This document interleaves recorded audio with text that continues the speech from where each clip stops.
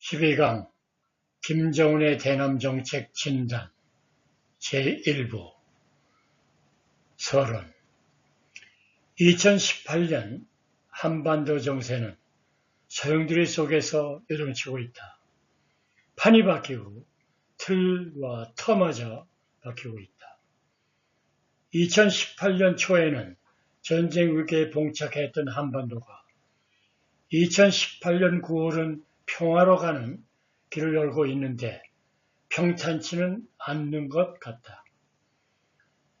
트럼프와 김정은이 지난 6월에 만나 평화와 번영을 위해 한반도의 완전한 비핵화를 이룬다는데 합의했었다.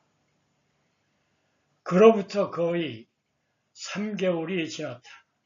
그러나 비핵화 실무 협상도 이루지 못하고 북미 관계는 교착 상태고 중국은 두 나라 사이에 지분을 요구하고 있다. 이에 미국은 중국 배후론, 중국의 대북 제재 누스론을 북한의 돌변한 태도 변화 추동 요인으로 제기하고 있다. 이에 중국도 무책임한 논리라고 맞섰다. 미, 중, 일, 3국 간의 책임 공방론 속에서 3차 남북정상회담이 예정되어 있다. 이번 남북정상회담은 11월 6일 미국 중간선거 이후 미국의 대북 전략 결정에 관건이 될 것이며 북한 비핵화의 전환점과 같은 결과를 도출해야 한다.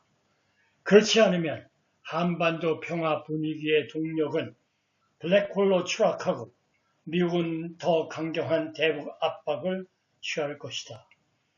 이런 상황에서 문정부의 운전자의 운명도 결정될 것이다. 우리의 의지와 방향대로 운전대를 유지할 때는 운전자가 되지만 미, 북, 중 사이에서 그들의 지시로 운전할 때에는 운전기사, 쇼퍼가 된다. 이 말은 우리의 운전대는 이들의 지시에 따라 조정된다는 말이다. 문제는 이들의 지시가 제각각이라는 점이다. 이렇게 한반도 문제는 아직까지 가보지 않은 북한 비핵화의 평화의 길로 가느냐 아니면 막가파의 전쟁의 길로 가느냐의 기로에 서 있다. 한반도 정세의 향배를 가를 빅 이벤트가 9월에 몰려있다. 9월 5일은 문 대통령의 대북 특사 방북, 9일에는 북한 정권 70주년, 11일 블라디보스토크에서 러시아 동방경제 포럼에 시 주석, 김정은과 아베 신조 수상 등이 참석할지, 18일부터 10월 1일 UN 총회 개막, 25일 트럼프 대통령 UN 총회 연설 예정, 27일 문재인 대통령 연설 예정, 29일 북한 장관급 인사 류용호 외무상 예정과 9월 중 남북정상회담 예정, 시진핑 중국 국가 주석 방문 가능성이 포함되어 있다. 지지부진한 북미 협상, 비핵화 협상의 돌파구가 열릴지 주목된다.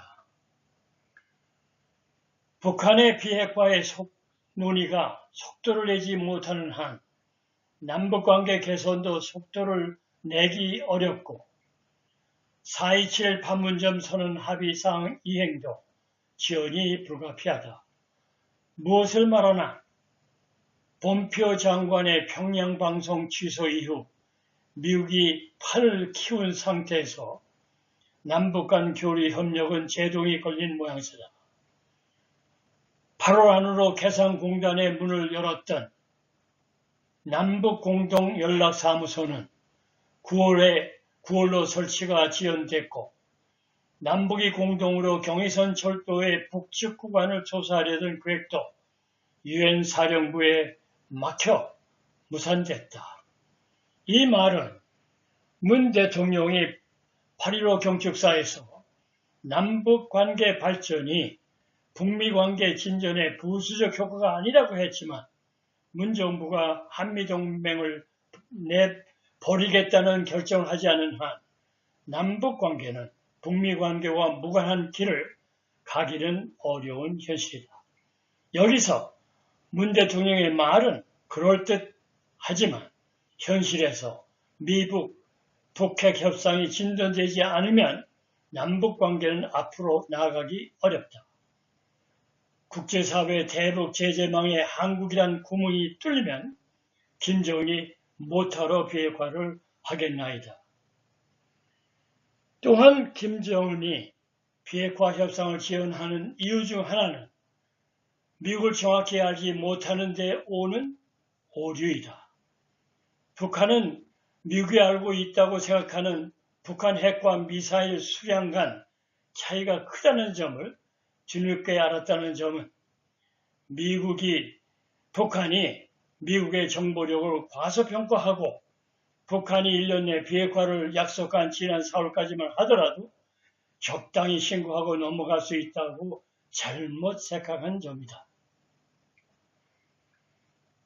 이러한 주의 환경에서 한국과 미국을 오가며 남북 북미 정상회담이라는 역사적 사건 앞에서 나타나는 양국의 반응, 역시 걸리지 않고 퍼지는 불량정보 측면에서 12강 김정은의 대남정책 진단을 한반도 통일론의 저자 입장에서 균형 감각과 시각을 가지고 준비하는 데 11개월이 걸렸다.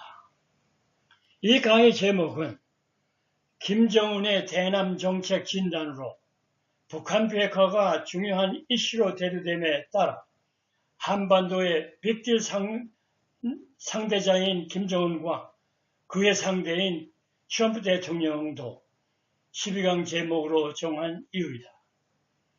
필자가 한반도 통일론 개정판을 박영사에서 2012년 5월 출판할 당시 김정은 시대의 개막을 알리고 그 책 출판 대신 에듀캐스 인터넷 강의를 시작하여 제8강 김정은의 3대 세습 진단을 2년 전에 올리면서 당시의 김정은을 보는 저자의 시각에서 분석한 바 있다.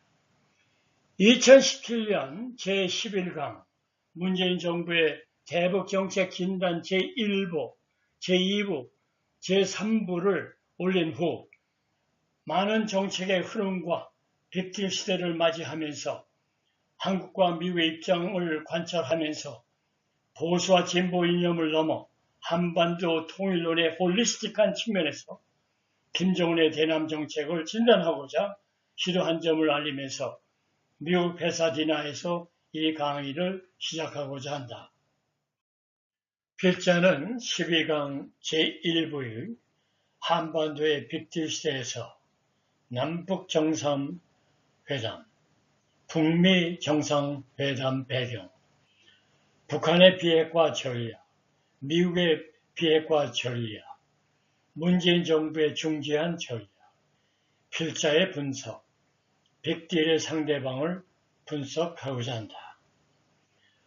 북한의 대남 정책의 총책임자인 김정은은 누구인가를 다루고자 한다. 여기서 주로 3대 독재자 김정은의 외교 전략과 정치 사회화 과정 내지 그의 인격 구성 과정을 분석한다. 제2부에서 김정은의 세계 전략과에서 저8개 외교, 초입 목마 전술, 문정부의 반응, 월남 공산화의 교훈, 미래의 사회주의 국가와 통일강국 부상을 분석하고자 한다. 그리고 김정은의 핵 전략에서 북한 핵 보유국, 실전적 억지, 핵 군축, 문재인 정부의 대안을 다룬다. 그리고 김정은의 대남 정책에서 무력 통일, 김정은의 7일 전쟁, 김정은의 대남 적화 전략, 10개년 계획과 대한민국 국민의 대비책을 제시하고자 한다. 제3부에서 김정은의 생존 선택과 필자가 김정은에게 주는 3가지 정책 제안을 제시하면서 결론에서 필자가 김정은, 트럼프 대통령, 문재인 대통령에게 정책 제안을 하고 난 후 끝내고자 한다. 김정은의 생존 전략 선택에서는 김정은의 광폭 외교, 비핵화 여정에서 김정은의 종전선언 보상 요구, 미국 패권주의 하에 북한의 비핵화의 이행을 다루고자 한다. 김정은의 생존법에서는 김정은이 고려할 4가지 쟁점과 북한의 비핵화, 완전한 비핵화 2단계를 분석하고 필자가 김정은에게 3가지 정책 제안을 하고자 한다. 마지막으로 필자가 김정은, 트럼프 대통령, 문재인 대통령에게 정책 제안을 하고 위 강의를 미국 패사디나에서 끝낸다. 자, 이제 제1부로 들어가서 첫 번째, 한반도의 빅딜 시대 하에 남북 정상회담, 북미 정상회담 배경, 북한의 비핵화 전략, 미국의 비핵화 전략, 문재인 정부의 중재안 전략, 필자의 분석, 빅딜의 상대방을 분석해보자. 한반도의 빅딜 시대에는 미국과 북한 사이에 줄 것은 주고 받을 것은 받는 개념으로 북한이 비가역적 핵폐기 조치에 나서면 그에 상응하는 지원을 미국이 제공하겠다는 빅딜 개념을 담고 있다. 다시 말해서 한반도는 빅딜의 시대를 맞이했다. 제1차, 2차 판문점 남북정상회담, 앞으로 9월에 있을 제3차 남북정상회담, 싱가포르 미북 정상회담과 무관하지 않다. 트럼프 미국 대통령과 북한 김정은 사이의 핵폐기와 체제 보장 조치를 통크게 바꾸는 빅딜, 탑다운의 여건도 무르익고 있다. 현재 최상의 시나리오는 북한의 핵 신고, 사찰과 미국의 종전선언의 빅딜이 성사되는 것이다. 이러한 기대와는 달리 남북 정상회담과 북미 정상회담을 통해서 완벽한 로드맵을 결정하지 않으면 타결이 힘들고 설령 어렵게 타결되더라도 이행 과정에서 탈이 날 가능성도 폼페이오 국무장관의 3차 평양 방문에서 보듯이 얼마든지 있다. 6.12 싱가포르 정상회담 이후 북미 양국이 협상 주도권을 놓고 기싸움을 벌이면서 비핵화 협상 장기화는 어느 정도 예상됐던 바다. 미북 정상회담이 있은 지 불과 3개월 만에 북한의 핵 위협을 조기에 끝낼 것이라는 트럼프 대통령의 예측은 복잡하고 어려운 문제를 제대로 인식하지 못한 떠벌이에 불과한 것으로 드러났다. 동창리 미사일 기지를 폐기하겠다던 북한이나 종전선언을 금세 발표할 것처럼 보이던 미국도 모두 상대편을 압박하는 데 급급한 나머지 7월 초 폼페이오 장관이 3번째 당시 회담에서도 별다른 성과를 내지 못했다. 그러나 7월 25일 북한은 북미 비핵화 협상이 교착 상태에 빠진 상황에서 협상의 판을 깨지 않고 대화의 모멘텀을 이어가는 차원에서 김정은이 트럼프에게 약속한 소해 탄도미사일 발사장을 해체를 진행 중인 것으로 미국의 북한 전문 매체인 38노스가 발표했다. 이 노스에 의하면 평안북도 철산군 동창리에 위치한 서위성 발사장의 주요 시설을 해체하는 작업은 2주 전에 시작했고 위성사진 판독을 통해 로켓 엔진 시험대 등 발사대를 제외한 대부분의 관련 시설이 철거된 것 사실을 확인한 바 있다. 또한 북한은 미국의 소리 VOA에 의하면 평양 인근에 있던 평성의 ICBM 조립 시설이 자취를 감췄다고 보도하고 있다. 이 방송은 이 시설이 사흘 만에 해체 재건된 모습이 목격된 만큼 완전 폐기로 보기는 이르다는 지적도 동시에 하고 있다. 이러한 북한의 행위는 북미 비핵화 협상을 이어가는 과정에서 트럼프와 김정은의 합의 준수라는 측면에서 빅딜의 좋은 징조이다. 북한이 발사장 시설 중 실험장 해체 장면을 미국 위성에 노출시키면서 또 핵심 시설인 발사체 제거를 하지 않은 데는 미국의 상응 조치와 연동시키겠다는 의도로 분석된다. 북한은 연일 미국의 종전선언을 다그치면서 더 이상 미 본토를 미사일로 위협하지 않을 테니 상응 조치로 적대 행위를 멈춰달라고 요구하는 형국이다. 폼페이오 국무장관은 10월 25일 스탠퍼드 대학에서 열린 미호주 외교 국방장관 회의 이후 기자회견에서 미사일 엔진 시험장에 대한 보도를 봤다고 하면서 이는 김정은이 트럼프 대통령에게 약속과 전적으로 부합되고 다만 그가 김정은에게 엔진 시험장 해체 시 그 현장에 감독관이 있게 해달라고 요구한 점을 밝혔다.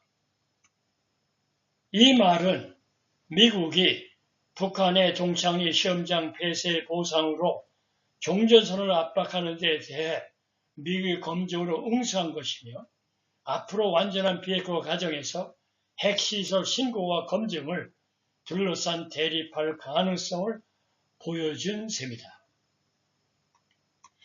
미국은 핵신고 검증 등 비핵화 로드맵의 소극적인 북한의 시간 끌기 작전을 용납하지 않겠다는 단호한 의지를 보이면서 북미 협상을 장기화 모드에 전환한 뒤 체제를 통해 북한을 압박한다는 구상이다. 하지만 중국이 이미 국경무역을 사실상 재개한 데다 러시아도 대북 제재 공적 이탈 움직임을 보이고 있어 트럼프 입장에서는 딜레마가 아닐 수 없다. 11월 6일 중간선거에 북핵 타결을 치적으로 내세우려던 그의 구상도 차질이 불가피하고 최근 트럼프 대통령의 탄핵론이 고조되면서 정치적 위기를 맞고 있다. 그렇다고 김정은의 시간 끌기 작전이 성공할 리도 만무하다. 빅딜의 상대방은 트럼프와 김정은으로 한반도 외교안보 문제를 다루는 현실에서 트럼프는 슈퍼파워 미국 대통령이고 김정은은 핵보유국의 강자라는 착각을 가진 독재자이다. 트럼프는 베트남 전쟁에서 전사자 6만 명, 전비 7,380여 억 달러를 쓰면서 베트남 전쟁에서 패배하여 재난에 가까운 안보 외교상 실패를 딛고 우뚝 서면서 소련과의 냉전에서 승리한 미국의 대통령이다. 반면에 김정은은 국제사회와 슈퍼파워 미국으로부터 최대 압박을 받는 작은 고립된 국가의 3대 독재자이다. 대북 제재가 완화되지 않으면 북한 경제는 질색사할 지경이다. 북한 비핵화, 6.12 북미 정상회담 이행을 위해 마이크 폼페이오 미 국무장관이 세 번째 평양을 방문했다가 망신만 당하고 빈손으로 돌아왔다. 그뿐만이 아니다. 강도적이니 전쟁 위험만 증폭시킨 존재 등 욕설에 가까운 북한 측의 비난도 뒤따르면서 워싱턴에서 나온 진단은 속았다는 것이다. 평양회담에서 북미가 서로 요구하는 내용에 격차가 있어 이러한 공방이 벌어졌다는 것은 짐작이 된다. 그런데 폼페이오는 15개 안보리 이사국이 결정한 제재를 전 세계 행동이라고 반박했다. 평양의 비난이 그럼 전 세계가 강도라는 논리는 강대국 중심으로 국제사회의 질서가 유지되는 점에 불만을 품은 것으로 보인다. 북한의 잘못된 표현은 협상 전략이든 근본적 불평등에 대한 불만이든 아니면 잘못된 상황 인식이든 간에 지금은 현실을 직시할 합리적 판단을 할 때이다. 그래서 김정은이 협상의 한 수 위라는 것이다. 과연 그럴까? 따는 이런 생각이 없는 것은 아니다. 미국과 중국 사이에서 제법 숙련된 줄타기 기술을 선보이고 있다는 점에서이다. 그러나 전략이라는 측면에서 김정은은 우를 범하고 있다고 본다. 북한이 과거의 덫에서 빨리 뛰쳐나올수록 새 길도 더 빠르게 열린다는 것을 알아야 한다. 과거 할아버지 김일성이 조국 통일 문제는 폭력혁명을 통해서만 해결할 수 있다고 노동신문 1975년 10월 1일에 발표했다. 지금 그 폭력수단으로 대륙간 탄도미사일과 핵무기까지 사실상 확보한 마당에 이를 포기하기란 태산을 허무는 것처럼 어려울 것이다. 그러나 그것에 집착할수록 북한은 고립과 질곡에서 벗어나기 힘들다는 것과 핵무기 딜레마에서 자신이 희생당할 수 있다는 측면도 김정은이 인식할 때이다. 그것은 죽음이냐 생명이냐의 선택이다. 김정은의 선택은 더 이상 선택이 아니고 의무이고 책임이다.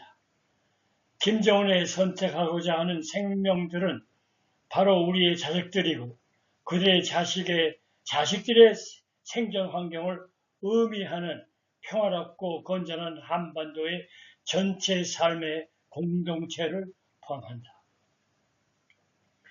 필자가 보기에는 김정은이 트럼프와 긴밀한 신뢰관계를 유지하는 현실에 미국과의 관계 개선을 빠를수록 북한의 이론점을 알고 행동에 나설 때이지 과거 쾌쾌 묵은 협상의 방식인 시간 끌기, 살라미 전술은 시간 낭비와 신뢰를 무너뜨리는 행동이고 골든타임을 놓치는 행위라는 점을 상기시킨다. 왜? 미국은 여전히 세계 군사 경제 최강국이다. 미국과의 우애관계에 없는 북한의 번영은 없다. 김정은이 똑똑히 알아야 할 점은 오늘의 중국의 굴기, 베트남의 급속 경제 성장도 미국과의 관계 정상의 결과물이라는 것이다. 패권에 도전하는 중국에 대한 지나친 의존은 북한, 나아가 한반도 안위에도 궁극적으로 도움이 안 되는 것을 알아야 한다. 미북 양측 반응과 입장을 종합하면 당장 협상 결렬로 시사할 것 같진 않다. 북한이 정전협정 체결 65주년 7월 27일 한국전쟁 당시 전사한 미군 유해 55구를 미군 측에 인도했고 트럼프 대통령 김정은에게 고맙다는 트윗을 남겼다. 또한 비핵화 워킹그룹 구성에 합의했다는 점 등이 그 근거이다. 그리고 7월 25일 북한의 미사일 발사장 해체 진행도 협상을 기싸움하면서 자기 편에 유리하게 끄는 전략이다. 그러나 2007년 2월 13일 합의 때도 5개 워킹그룹을 구성하기로 합의했으나 그뿐이었다. 김정은의 보태기는 문재인 정부의 유화 정책과 북중 관계 복원 등에 따른 것이다. 김정은은 문 대통령의 대북 유화 정책, 특히 남북 관계 발전이 모든 한반도 문제 요체이고 남북 협력이 모든 것에 우선한다는 점을 철학을 가진 사람으로 이해하고 있는 것으로 보인다. 핵 개발이 김정은 체제에서 차지하는 의미로 볼 때 체제가 흔들릴 정도의 압박이 없으면 핵을 포기하지 않을 것임은 자명하다. 현재 미군 비핵화 진전 없이는 종전선언도 불가피하다는 입장인 반면 북한은 미국이 종전선언으로 체제 보장을 해줘야 비핵화에 나서겠다는 입장이다. 미국은 지난 6월 싱가포르 북미 회담에서 김정은에게 종전선언 서명을 약속해 놓고도 북한이 먼저 핵탄두 조기 반출이나 핵신고, 롤리스 제출과 같은 조건을 걸며 돌변한 것으로 보인다. 왜?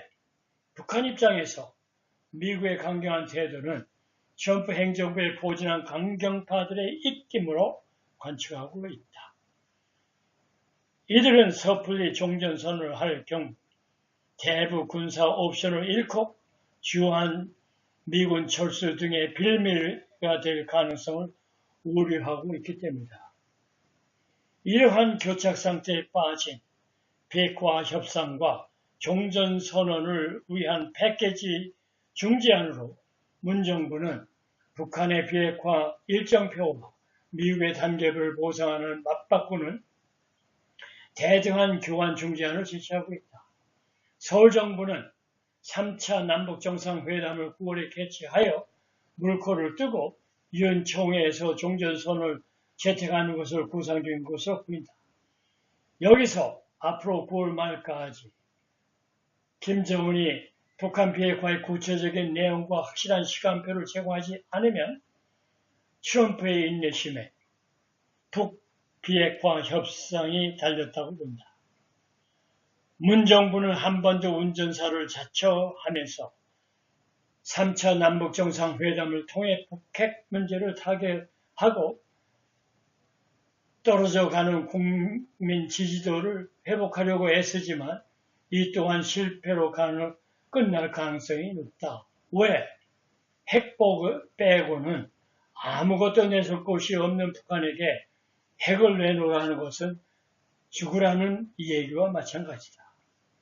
8월 초 북미 간 정상 간 친서 교환에 이어 마이크 폼페이오 미 국무장관의 4차 방북이 준비된 상황에서 미국이 원하는 리스트를 신고하면 비핵화 프로세스는 진행이라는 관성이 작용하기 때문에 3차 남북 정상회담 성패도 좌우될 전망이다. 이렇게 대화 국면에서 재진입할 것으로 예상됐던 북미 비핵화 협상이 다시 정체될 전망이다. 트럼프 대통령은 8월 24일 트위터에 폼페이오 국무장관의 북한을 방문하지 말라고 지시했다고 밝혔다. 그의 결정은 핵시설 리스트를 제출, 미국 주장과 종전선언 교환, 북한 주장을 두고 팽팽한 입장 차이를 보이는 상황에서 북한과 중국을 압박하는 전술적 선택의 판을 높인 것으로 보인다. 무엇을 말하는가? 결국 빅딜의 주역인 트럼프 대통령은 6.12 싱가포르 북미 정상회담 공동선언에서 완전한 비핵화라는 약속을 한 김정은으로부터 받아냈고, 김정은은 미국과의 국제사회 지대 압박에서 남기 위해 8등선을 넘어 완전한 비핵화의 약속을 한 이상 빼도 박지도 못할 입장에서 양국 지도자는 적절한 시기에 빅딜을 해야 할 입장이다. 가난한 나라도 못 막는다는 말이 있다. 옆에서 중국이 아무리 북한을 돕는다고 해도 북한은 그 심각한 가난에서 벗어나기 어렵다. 김정은이 계속 중국을 접촉하고 중국은 북한을 보호한다며 러시아와의 이들 관계를 공하고 있지만 중국과 러시아가 힘을 합쳐도 초강대국의 미국과는 비교가 안 된다. 이제 김정은은 세계를 향한 쇼를 그만 멈추고 하루빨리 현실을 파악하고 자신이 북미 간에 한 약속을 확실히 차곡차곡 실천한 태도를 보여야 한다. 결국 북한 비핵화 협상의 큰 그림은 트럼프 대통령과 김정은의 목으로 돌린다는 의미이다.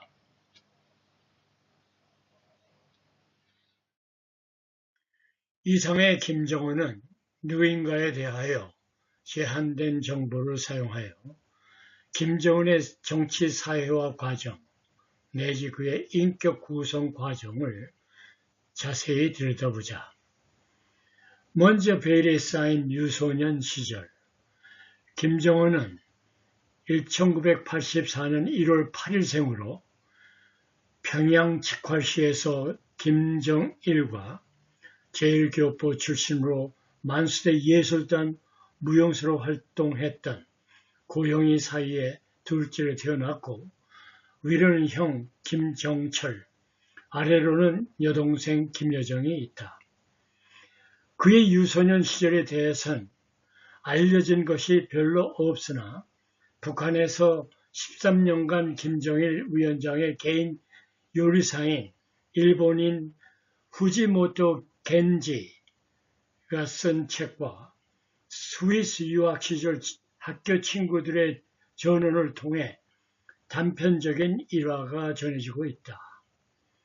후지모토는 그의 책 북한의 후계자의 김정은인가라는 책에서 내가 김정은을 처음 만났을 때 김정은의 나이 7살이었다면서 그런데 첫 만남에서 이 7살짜리 어린 대장은 80세 먹은 어른인 나를 노려보며 등골에서 식은땀을 흘리게 하였다고 말했다. 후지모토는 김정은이 어린 시절부터 승부욕이 매우 강해 형 김정철이 구슬놀이에서 훈수로 이렇게 해봐라고 해서 구슬을 놓치자 김정은이 이 구슬을 들어 형의 얼굴을 향해 냅다 던졌다고 하고 농구를 즐겼던 김정은이 경기가 끝나면 항상 반성회를 열어 함께 뛰었던 선수 중 잘잘못을 따져 실수한 선수를 호되게 꾸짖었고 어린 김정은이 골드 45 권총을 차고 군복을 입고 다녔다고 회상했다. 학력은 스위스 메론 공립학교 9학년 중퇴와 김일성 종합대학 학사이다. 김정은은 1997년부터 2000년까지 4년 동안 스위스 메론에 있는 초등학교와 중학교를 다닌 것으로 알려져 있다. 그의 학창 시절 성적에 대한 동창생들의 증언은 엇갈리지만 그가 농구를 광적으로 좋아하고 승부욕이 강했다는 점은 후지모토의 증언과 대체로 일치한다. 특히 2012년 7월 김정은의 초청으로 방북한 스위스 동창생 주아르 마케엘로는 JTBC 이구연의 스포트라이트가 지난 6월 7일 방영한 인터뷰에서 김 위원장은 유학 시절 방 4개의 평범한 집에서 거주했고 자기를 비롯해 조금 친했던 몇 명의 학생들과만 대화했다. 승부욕이 강하고 학교 성적이 좋았다. 수학을 좋아했고 그림을 정말 잘 그렸다고 말했다. 두 번째 김대장 대장동지로 등장에 대해서 북한에서 김정일이 김정은을 후계자로 내세우면서 그의 이름과 영향력이 알려지기 시작한 것이 2009년부터다. 북한 당국은 2009년 연초부터 발걸음이라는 노래를 적극 척척척 발걸음 우리 김대장 발걸음이라는 가사로 시작한 노래였다. 태영호 전 주영 북한 공사가 최근 발간한 저서 3층 서기실의 암호에서 당시 상황에 대해 김대장이 후계자가 된다는 것이 명백했지만 노래를 부르는 우리조차 김대장 또는 김대장 동지가 누구인지 전혀 알 수 없었다고 말했다. 2009년 가을부터 각종 구호에 청년대장 김정은 동지라는 문구가 등장하기 시작했다. 김정은은 2009년에 국가안보보위위원 부장, 당 중앙군사위원 부위원장 등으로 정치에 참여했고 2010년 9월 김정은은 인민군 대장이 됐다. 2011년 12월 17일 김정일 사망 이후 3대 세습으로 사실상 북한 최고 지도자가 됐다.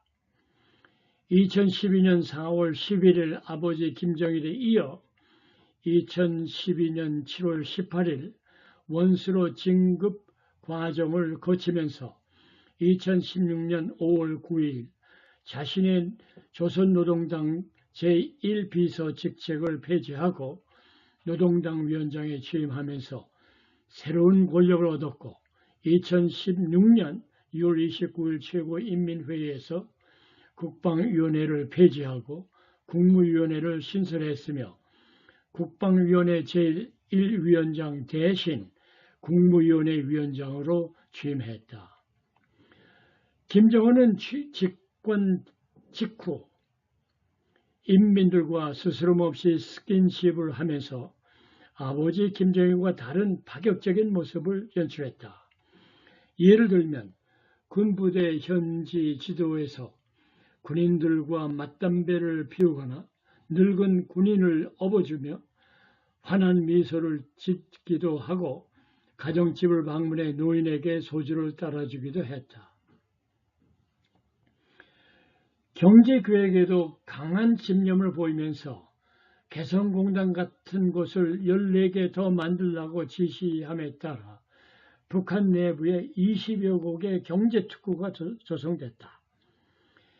협동농장 계획을 통한 생산성 향상을 목적으로 하는 2012년 6.27 방침, 공장기업소 등의 독립재산제를 확대한 2014년 5월 30일 조치 등이 발표되어 장마당 규모가 급속히 확대됐다. 반면에 김정은은 공포정치로도 악명을 높였다. 그의 체제에 불만을 보이거나 사업을 제대로 이행하지 못했다는 이유로 당과 군의 간부들을 수시로 숙청되거나 처형됐다. 대표적인 공포정치의 예는 2013년 12월 12일 공업부 장성택의 처형이었다. 그리고 2017년 2월 13일 그의 이복형 김정남이 말레이시아 쿠알라룸푸르의 공항에서 사망하는 사건이 북측 요원의 사주를 받은 여성들이 김정남에 다가가 맹독성 화학 물질을 주입시킨 것이다. 북한은 부인하지만 김정은의 독살로 지시한 관측이 나왔다. 셋째로 김정은의 핵정책, 솔직 대담 유머 감각을 말해보자. 김정은은 집권 첫 해인 2012년 4월 북한이 핵보유국이라고 헌법에 명시하고 2013년 3월 경제건설 핵무력병진 노선을 채택했다. 그는 핵개발에 전력 투구하여 핵실험 4차례, 탄도미사일 시험 발사는 80여 차례 단행했다. 국제사회는 북한의 핵질주에 경악하며 제재 고피를 최대로 높였다. 하지만 김정은은 이래 굴하지 않았다. 트럼프 대통령은 2017년 9월 유엔 총회에서 락켓맨이라고 자신을 비난하자 김정은은 늑다리 미치광이라고 역공하는 개인 성명을 발표했다. 북한은 27년 11월 27일 대륙간 탄도미사일 화성 15형 시험 발사에 성공하면서 핵 무력 완성을 선언했다. 김정은은 화성 15형을 싣고 있는 이동식 발사대를 손수 어루만지며 깊은 애정을 표시하는 장면을 전 세계에 보여주었다. 김정은은 2018년에 들어 핵무기를 손에 쥐고 적극적인 대화 행보에 나섰다. 그는 과거와는 다른 사람이 된 듯한 친근한 모습을 보이면서 세계는 다시 한번 놀랐다. 특히 4.27 문재인 대통령과 남북정상회담에서 전 세계에 생중계되는 가운데 유머가 있으면서도 진지한 태도를 보여주었다. 문 대통령에게 평양에서부터 냉면을 가져온 곳에 설명하면서 멀리서 왔다고 했다가 곧바로 멀리 말하면 안 되겠구나 라고 유쾌하게 웃는 모습은 남한 사람들의 뇌리에 각인됐다. 김정은의 모습을 직간접으로 접한 사람들은 그를 상당히 실용적이고 현실적인 스타일이라고 평가하고 있다. 평양에서 김정은을 두 번 만난 미국 국무장관 폼페이오에 의하면 김정은과의 대화는 전문적이고 내용도 파악하고 있고 북한 주민을 위해서 자신이 무엇을 성취하려 하는지도 알고 대화 과정에서 필요한 경우 복잡한 문제도 다룰 능력이 있다고 평가했다. 또한 그는 트럼프 대통령이 전격적으로 북미 정상회담 취소 의사를 밝혔을 때 한 발 물러서서 회담을 되살리는 유연성도 보여준 바 있다.